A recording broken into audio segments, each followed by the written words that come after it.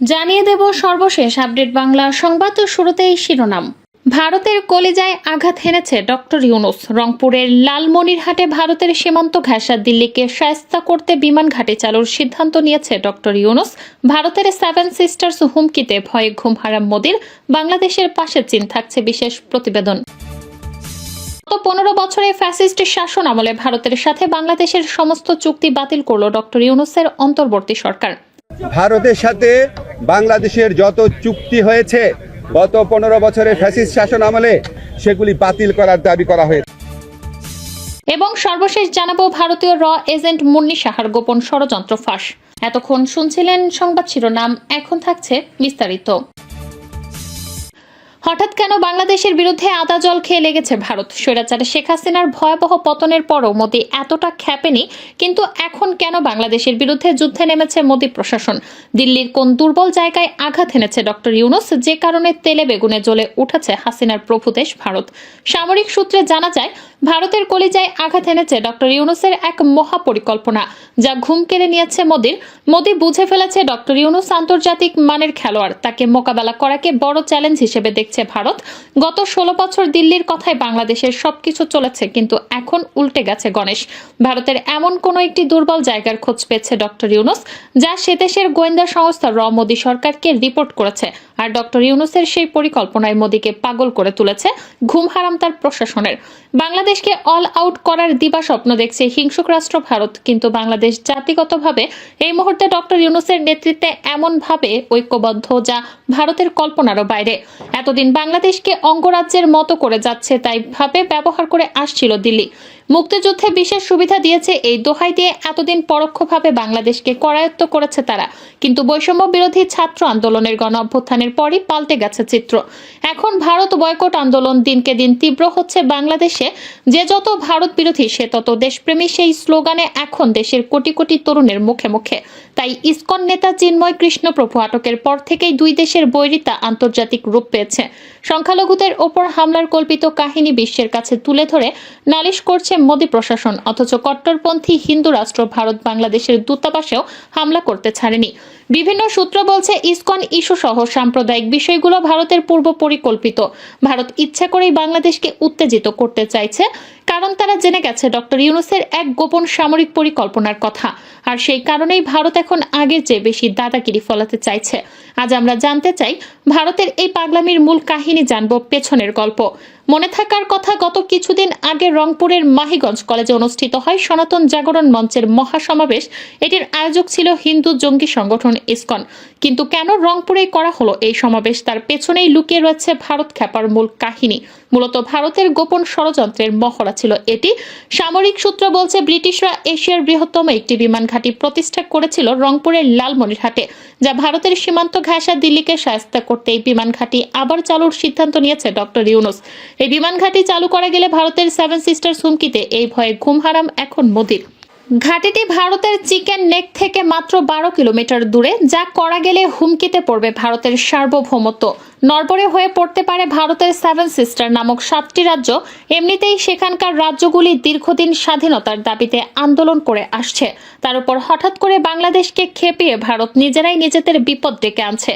বাংলাদেশকে অস্থির করে ফায়দা লুটতে চাও ভারত নিজেদের ফাঁদে পড়তে পারে সেভেন সিস্টার ইস্যুতে। কারণ দুই দেশের এমন শত্রু সম্পর্ককে সুযোগ হিসেবে নিতে পারে ভারতের পাশের শত্রু দেশ চীন।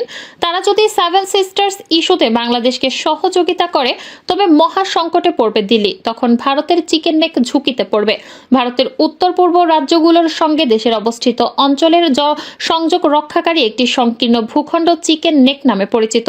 এই চিকেন নেককে কেন্দ্র করে ভারতের সেভেন সিস্টার রাজ্যগুলোর কথা বারবার শিরোনাম হচ্ছে। এখনো মণিপুর রাজ্যের স্বাধীনতা আন্দোলন দমাতে ব্যাপক হত্যাযজ্ঞ চালাচ্ছে মোদি প্রশাসন। বাংলাদেশে আওয়ামী লীগ সরকারের পতনের পর ঘুরে ফিরে আলোচনায় আসছে ভারতের সেভেন সিস্টার্স রাজ্যগুলো, কারণ আশঙ্কা করা হচ্ছে রাজ্যগুলো নিজেদের স্বাধীনতা ঘোষণা করতে পারে। এরই মধ্যে মণিপুরে শুরু হয়েছে আন্দোলন, প্রতিদিন মারা যাচ্ছে মানুষ। মণিপুর ভারতের সঙ্গে থাকতে চাইছে না। অশান্তি দেখা দিয়েছে অরুণাচল নিয়েও। চারদিক থেকে শুধু বিপদের সংকেত আসছে ভারতের জন্য। এতে করে মহা টেনশনে পড়েছে ভারত সরকার। ভারতের 7 সিস্টার ইস্যুতে বাংলাদেশের সাথে কাজ করছে চীন, এমন সংবাদে কাঁপন ধরেছে মোদী প্রশাসনে। সংকটে এখন মোদীর গদি। ভারতের চারপাশে শত্রু রাষ্ট্র চীন, পাকিস্তানের পর শত্রুর তালিকায় যুক্ত হয়েছে বাংলাদেশ। প্রতিবেশী দেশের সাথে এমন সম্পর্ক ভারতকে চরম শঙ্কায় ফেলেছে। ভারতের পালিত শাসক স্বৈরাচারী হাসিনার পতনের পর বাংলাদেশের হাল ধরেন বিশ্ববরেণ্য ব্যক্তিত্ব নোবেল বিজয়ী ডক্টর ইউনূস। দায়িত্ব নিয়ে তিনি ভারতকে কড়া ভাষায় হুমকি দেন। তিনি বলেন, বাংলাদেশকে অস্থিতিশীল করা হলে প্রতিবেশী মিয়ানমার ও ভারতের 7 সিস্টার্স শান্ত থাকবে না। বিশ্বে বড় বড় রাজনীতিবিদ ও ব্যবসায়ীরা সংকটে পড়লে ডক্টর ইউনূসের দ্বারস্থ হন। সেই ইউনূসের সাথে রাজনীতি আর কূটকৌশলে মোদী ধোপে টিকবে না, একথা নিশ্চিত করে বলা যায়। তাই মুখে বাংলাদেশকে দেখে নেব বললেও মোদী তার দেশের 7টি রাজ্য নিয়ে চরম দুশ্চিন্তায়।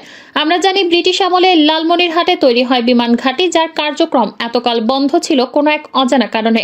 ডক্টর ইউনূস ক্ষমতায় এসেই পুরোদমে চালু করার কাজ হাতে নিয়েছে এই বিমান ঘাঁটি, যা এশিয়া মহাদেশের বৃহত্তম বিমান ঘাঁটি। এটি করা গেলে ভারতের চিকেন নেক থাকবে বাংলাদেশের হাতের মুঠোয়। 7 সিস্টার্স নিয়ে বাংলাদেশের কাছে নতজানু থাকতে বাধ্য হবে ভারত। স্বৈরাচার হাসিনার দোসর কাছের লোক হিসেবে আলোচিত সমালোচিত নারী সাংবাদিক মুন্নি সাহাকে রাজধানীর কারওয়ান বাজার থেকে আটক করে পুলিশ। দীর্ঘ 15 বছরে বিগত সরকারের আমলে একের পর এক দুর্নীতি, ক্ষমতার অপব্যবহার করে চাঁদাবাজি বিরোধী মত দলের মানুষকে হেনস্থা করা সহ উস্কানি দিয়ে রাষ্ট্রকে লেলিয়ে দেওয়ার খলনায়িকা মুন্নি সাহার বিরুদ্ধে রয়েছে অভিযোগের পাহাড়। ভোরের কাগজ দিয়ে তার সাংবাদিকতা শুরু, সেখান থেকেই তিনি যান 21 টেলিভিশনে, এরপর যোগ দেন এটিএন বাংলায়। এই লম্বা সময়ে মুন্নি সাহা ব্যাপক প্রভাব বিস্তার করেন। অনেকের কাছেই তিনি নামকরা সাংবাদিক হলেও কখনোই নিরপেক্ষ সাংবাদিকতা তিনি করেননি। সবসময় তিনি এক পক্ষকে সাপোর্ট করে আরেক পক্ষকে ডোবানোর চেষ্টা করেছেন। এই পক্ষপাতিত্বে সবচেয়ে বেশি আগ্রাসনের শিকার হয়েছে ইসলাম ধর্ম। মুন্নি সাহা ও তাপসের নামে বিভিন্ন ব্যাংকে অন্তত 10 কোটি টাকা ফিক্সড ডিপোজিট রয়েছে। এই টাকার অধিকাংশ অবৈধ উপায়ে অর্জন করা। মুন্নি সাহা নিজেকে পরিচয় দিতেন এটিএন নিউজের পরিচালক হিসেবে, কিন্তু প্রকৃত সত্য হলো তিনি এটিএন নিউজের একজন কর্মচারী। বিডিআর বিদ্রোহের সময় বাংলাদেশের সেনাবাহিনীকে বিতর্কিত করার অভিযোগ আছে মুন্নি সাহার বিরুদ্ধে। বিডিআর বিদ্রোহের সময় পিলখানা থেকে সরাসরি বিদ্রোহী সেনাদের বক্তব্য প্রচার করতে দেখা যায় তাকে। তিনি তার রিপোর্টিং এর মাধ্যমে সে সময় বিদ্রোহী সেনাদের পক্ষে ওকালতি করে পিলখানার অফিসারদের হত্যাকে জাস্টিফাই করার চেষ্টা করেছিলেন। অনেকেই বলে থাকেন সে সময় ভারতীয় গোয়েন্দা সংস্থা র এর নির্দেশে মুন্নি সাহা এই কাজটি করেছিলেন। মুন্নি সাহাকে সে সময় র যদি সরাসরি সহায়তা না করত, তাহলে এ ধরনের রিপোর্টিং এর জন্য তার চাকরিচ্যুতি ঘটতে পারত, কিন্তু তার বিরুদ্ধে তখন কোনো ধরনের শাস্তিমূলক ব্যবস্থা নেওয়া হয়নি। এছাড়াও 2013 সালে নিউ ইয়র্কে মুন্নি সাহা প্রধানমন্ত্রী শেখ হাসিনার সফর সঙ্গী হিসেবে একটি অনুষ্ঠানে অংশ নিয়েছিলেন। সে সময় শেখ হাসিনার সঙ্গে একান্ত আলাপচারিতা বিনা অনুমতিতে রেকর্ড করে তা নিয়ে বেরিয়ে যাওয়ার সময় হাতে নাতে ধরা পড়লে মুন্নি সাহার ভিডিও ক্যাসেটটি জব্দ করা হয়। প্রধানমন্ত্রীর সফর সঙ্গী ও প্রেস টিমের অনেকেই এতে বিব্রত হয়, কিন্তু মুন্নির বিরুদ্ধে কোনো ধরনের শাস্তিমূলক ব্যবস্থা নিতে পারেনি। তার কারণ মুন্নি ভারতীয় গোয়েন্দা সংস্থার একজন এজেন্ট। ধারণা করা হয় ভারতের গোয়েন্দাদের কাছে পাঠানোর জন্য গোপন রেকর্ড করেছিল মুন্নি সাহা।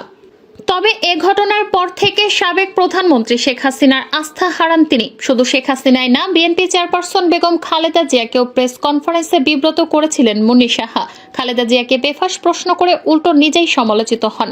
মুন্নি সাহার অনৈতিক কর্মকাণ্ড নিয়ে অনুসন্ধানী সাংবাদিক ইলিয়াস দিয়েছেন চাঞ্চল্যকর তথ্য। বিজেপির মতে হিন্দুত্ববাদী মনোভাব ধারণ করা ইসলাম বিদ্বেষী মুন্নি সাহা বাংলাদেশে সুযোগ পেলেই ধর্মীয় উস্কানিমূলক বিষ বাষ্প ছড়াতেন।